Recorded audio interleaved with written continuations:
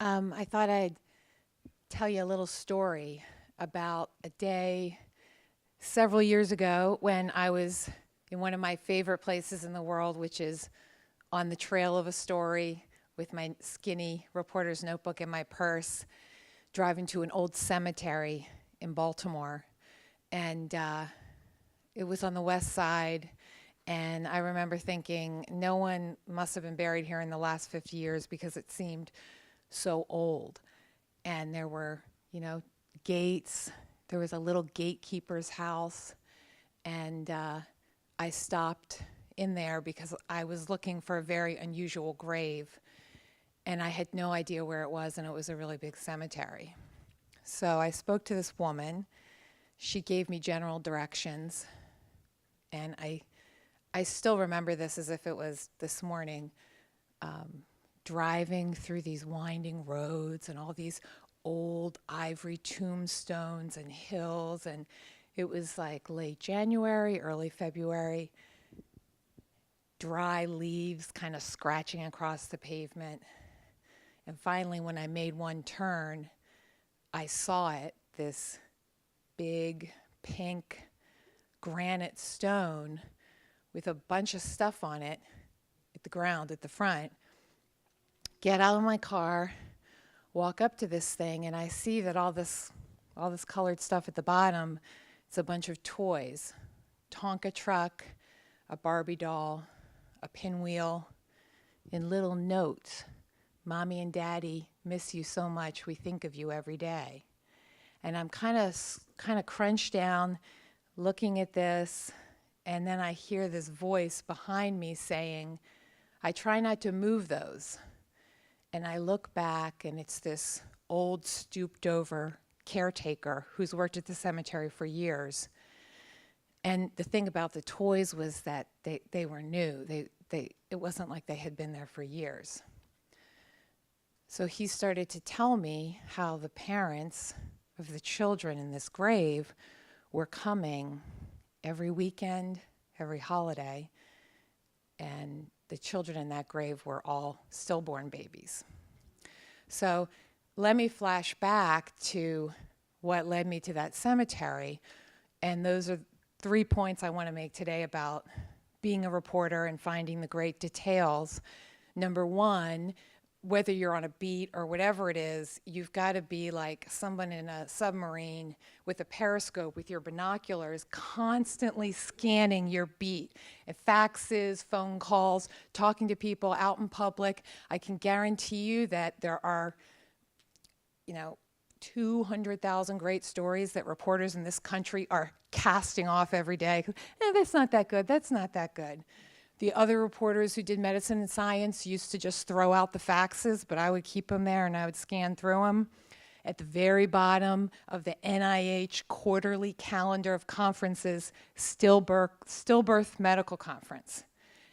And so that was, for me, the magic moment of the turn of the head. Stillbirth, I don't really hear about that much. What's the story? So number one, scan, look for those clues that pop up. Number two, make the calls and don't go in cynically saying, well, this is just a story about a medical conference. They said, well, yeah, we really don't do it that much. And then I pressed further and further. It turned out there are 5 times as many babies dying stillborn as there are dying of SIDS. Yet SIDS has a ribbon, SIDS has a huge amount of research, huge amount of support. So in digging through it, I finally realized that there was one woman scientist who had had a baby that died just before birth. And she was the person who had kind of forced this issue.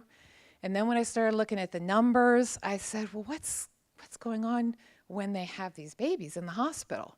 Started calling the hospital, first red flag, we don't want to talk about it, we won't let you talk, we have a support group, you can't talk to them, it's too upsetting. And one of the PR ladies mentioned a grave site. You can't go, blah, blah, blah, but she had already said what it was. She said you can't photograph it.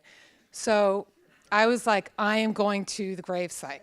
So, and that's the part where you think the story on the outside, any of these stories, is like a 1 or 2 bedroom cookie cutter apartment, right? But these stories are like old houses, rambling old houses with these little corners and secret stairways and doors. And you have to find the secret door into your story, right? You have to like go to the back room, pull the dresser back, find the hidden panel, push it, and go through into the world of your story, the real world of your story. This story is not about the stillbirth medical conference.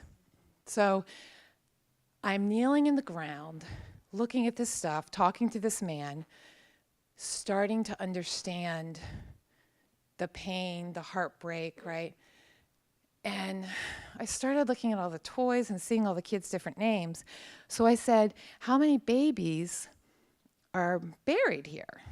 And he didn't know, and he said, oh, you'll have to talk to this lady in the little gatekeeper house. So I drive back over there, and first she said she couldn't tell me, and I'm like chatting her, and it's this old dusty place with cubby holes and rusty keys and these big books. And then she said, well, there might be a way to find out. And she starts going through these little filing cabinets, and finally she takes out this big register, lined register. And I still remember, like, windy day, the wind was blowing, you're with all these dead souls. She's looking through, and she says, there's about 75. And I'm thinking, okay, one hospital, 75 babies. And so now the story's really coming to life. But then, like, writing it down, and I'm thinking, wow. And she says, oh, but no worry. There's no worry. There's plenty of room. And I said, what do you mean? She said, oh, the hospital saved all this extra room. They have room for 300 more babies in there. So I get in the car. I don't turn on the radio. I don't call my boyfriend at the time. I don't call my editor.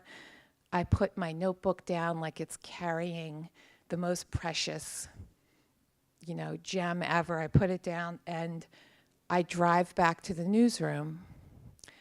And to me, that's the most sacred moment in journalism.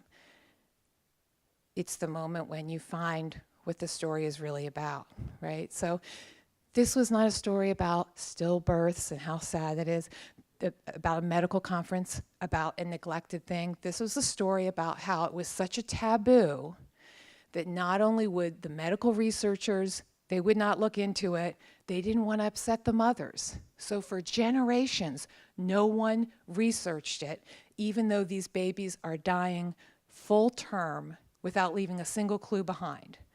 So no one's looking at it, but we're saving room in the cemetery. And the idea that in the years to come, as I'm in the newsroom working on other medical stories, more babies were going to go into that ground.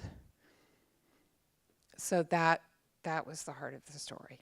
So what I'm here to tell you today is I think too often we stop at, it's a conference on stillbirths, and we don't dig and we don't take the journey to go back there and pull open the dresser or go into the last room at the hallway, go into the darkest room, and get inside there and find the secret that will blow open your story.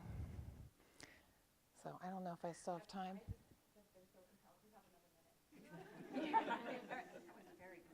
So for anyone here who's a working reporter or a teacher, the thing I would say is these clues are everywhere.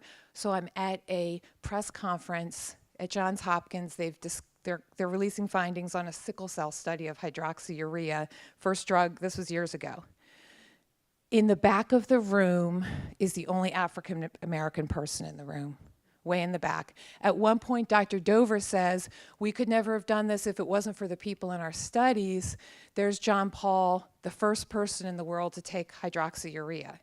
So nobody pays any attention to us. At the end, I go up and start talking to him, and I had quotes from him in that story, but it turned out that John, his brother Brett, 2 others of his siblings all had sickle cell, and it was once again a social justice story because people with sickle cell get these awful, painful things, and they go in the emergency room, and they are denied pain medication because they think it's quote unquote drug-seeking behavior. So I ended up writing 3 or 4 stories about sickle cell. I'm still haunted by it. I will still go back and write about it at some point. But I guess what I'm trying to say is there are these little things that you see, a quote, a comment, a person, something that kind of turns your head, like follow your instinct, follow it, and don't, I mean, I think on stillbirth I interviewed, you know, all the typical suspects, the National Stillbirth Association, the doctors, et cetera, but it really wasn't until I kept going, like, but what the hell's really going on here, that I really got inside the story. So I would just really encourage anyone who's doing stories, or any editors or any teachers, to tell the journalists, don't be cynical, don't say, oh, it's just another this, just another that. It's not. I mean, the series that we did on violence in Baltimore with the kids, everybody knows they're poor. Everybody knows some of the parents are on drugs. Everyone knows there's violence. Yeah, but we didn't know that these kids are randomly getting up and frantically running out of the school around the neighborhood. You know, we didn't know they had there's baskets of these soft things for these kids to help calm them down.